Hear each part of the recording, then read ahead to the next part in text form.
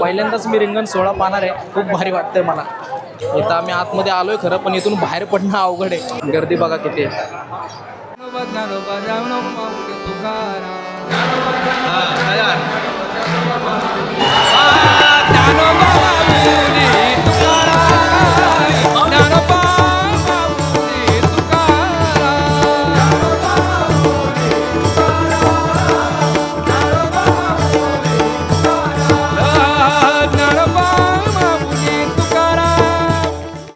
हे बघा, इकडे आपला मुक्काम होता, हा असा इकडे चढ आहे आणि ह्या बाजूला असा पूर्ण उतार आहे आणि आपला टेंट आहे ना ह्या बाजूला होता. जर पाणी आलं असतं ना तर डायरेक्ट आपल्या टेंटमध्येच गेलं असतं. नातेपुते इकडे येण्यासाठी आहे ना हा बायपास रोड आहे. सर्व ज्या दिंड्या आहेत ना आता ह्या बायपास रोडने अशा जाणार इकडे आणि तिकडे जाऊन मेन रोडला मिळणार.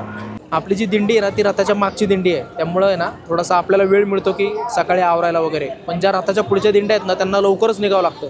ते अगदी आम्ही पाहिलं तर 3:30-4 वाजताच ते मार्गस्थ झाले होते. तो टँकर उभा आहे ना तिकडे आंघोळ केली बरं का आम्ही. आम्हाला आहे ना थोडीशी सर्दी झालेली, कारण होतं काय माहिती आहे का, आम्ही पहाटे 4:30ला 5ला उठतो आणि थंड पाण्याने आंघोळ करतो डायरेक्ट, नाही का.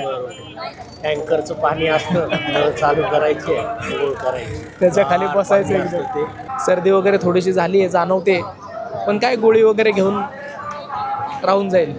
हा नाम्याची खीर चाखतो, चोखोबाची गुरे राखतो. हा नाम्याची खीर चाखतो, चोखोबाची गुरे राखतो. पुरंदराचा हा परमात्मा, पुरंदराचा हा परमात्मा. वाली दामाजीचा कानडा राजा पंढरीचा, कानडा राजा पंढरीचा, कानडा राजा पंढरीचा. रामकृष्ण हरी मित्र हो. तर अशा प्रकारे आमची सुंदर अशी मैफिल रंगली होती. पण आपण आता नातेपुते ते माळशिरसचा प्रवास चालू होणार आहे. महत्त्वाचं काय, सदाशिवनगरला गोल रिंगण आश्वांचं होणार आहे. आणि आश्वांचं रिंगण म्हणजे एक परमोच्च भक्तीचा आणि अद्वितीयतेचा आविष्कार म्हणजे ते रिंगण. रिंगण आपल्या वारकऱ्यांना बघणं म्हणजे सर्वात मोठी गोष्ट आहे.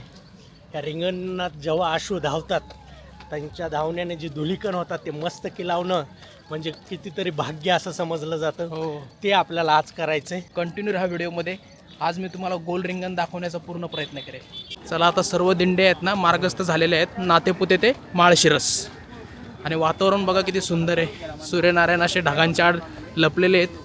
थोडंसं आभाळ आहे, पण चांगलं वातावरण आहे. ते बघा आपली वारकरी मंडळी जिथे पाणी मिळेल तिथे आंघोळ वगैरे करून घेतात बरं का.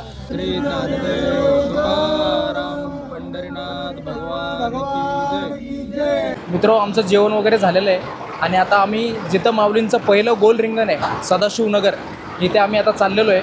आणि मित्र, ह्या वारीच्या वाटेवर आहे ना एक गोष्ट आम्हाला प्रकर्षाने जाणवली की वयाने कोणी मोठा असो माऊली, लहान असो माऊली, पुरुष असो स्त्री असो, सगळे माऊलीच.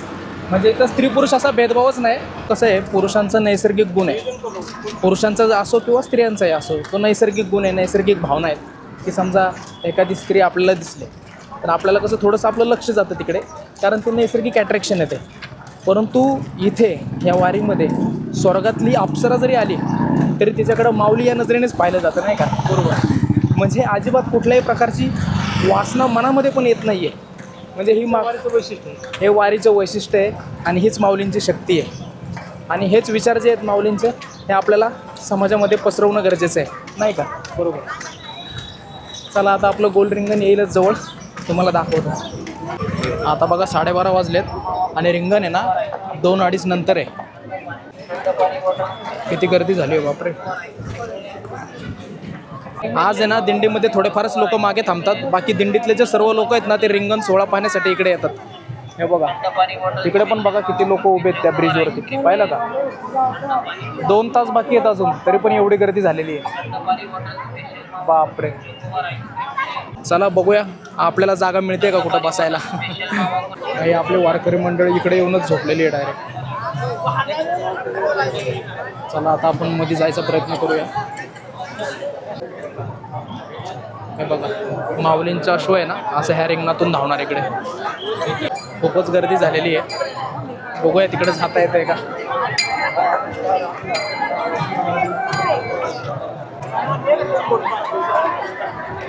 बघा आता माऊलींचे अश्व आले तिकडे. माऊलींचे अश्व आता इकडे आलेले आहेत, परंतु माऊलींचा रथ अजून आलेला नाहीये. लोक बघा किती आलेत, हजारो लाखोच्या संख्येने लोक आलेले आहेत. पहिल्यांदाच मी रिंगण सोहळा पाहणार आहे. खूप भारी वाटतंय मला. एरवी मी न्यूज चॅनलवर बघायचो, टी व्हीवर बघायचो, पण आता प्रत्यक्षात पाहणार आहे.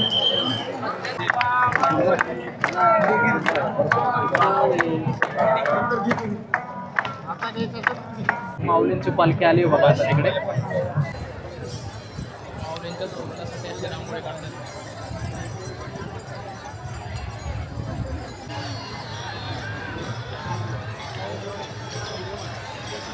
माऊलींच्या स्वागतासाठी आता रांगोळी काढायचं काम चालू आहे इकडे.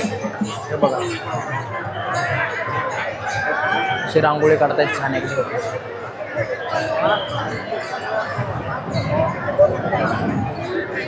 इथं आम्ही आतमध्ये आलोय खरं, पण इथून बाहेर पडणं अवघड आहे. गर्दी बघा किती आहे. हजारो लाखो वारकरी इकडे जमले. माऊलीचा रिंगण सोहळा आहे आणि वातावरण बघा कसं झालं. मस्त असं आभाळमय वातावरण झालेलं आहे. वारकऱ्यांसाठी एकदम भारी वातावरण झालं आहे. नाहीतर ऊन असलं ना सगळ्यांना त्रास झाला असता. ज्ञानोबा ज्ञानोबा ज्ञानोबा ज्ञानोबा ज्ञानोबा तुकाराम. ज्ञानोबा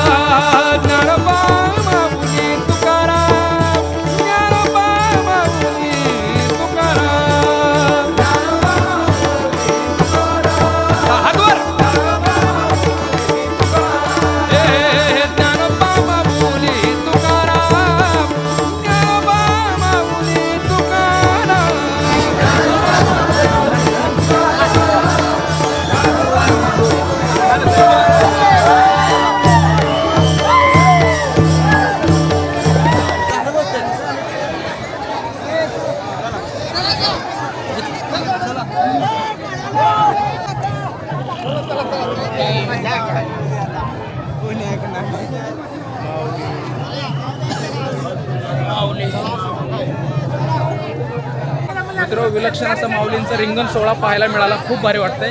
आणि माऊलींच्या अश्वाचे पाय जिथं पडले ती पवित्र अशी माती देखील मी घेतलेली आहे. फार छान वाटतंय मला. चला आता आम्ही इथून आहे ना पुन्हा मार्गस्थ होतोय आमच्या दिंडीच्या क्रमांकाने.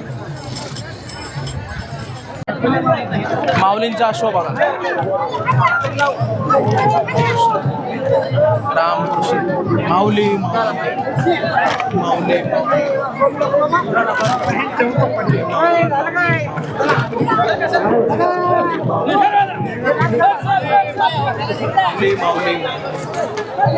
माऊली माऊली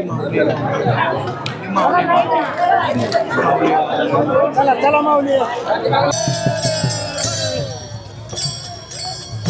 पंढरपूर 52 किलोमीटर.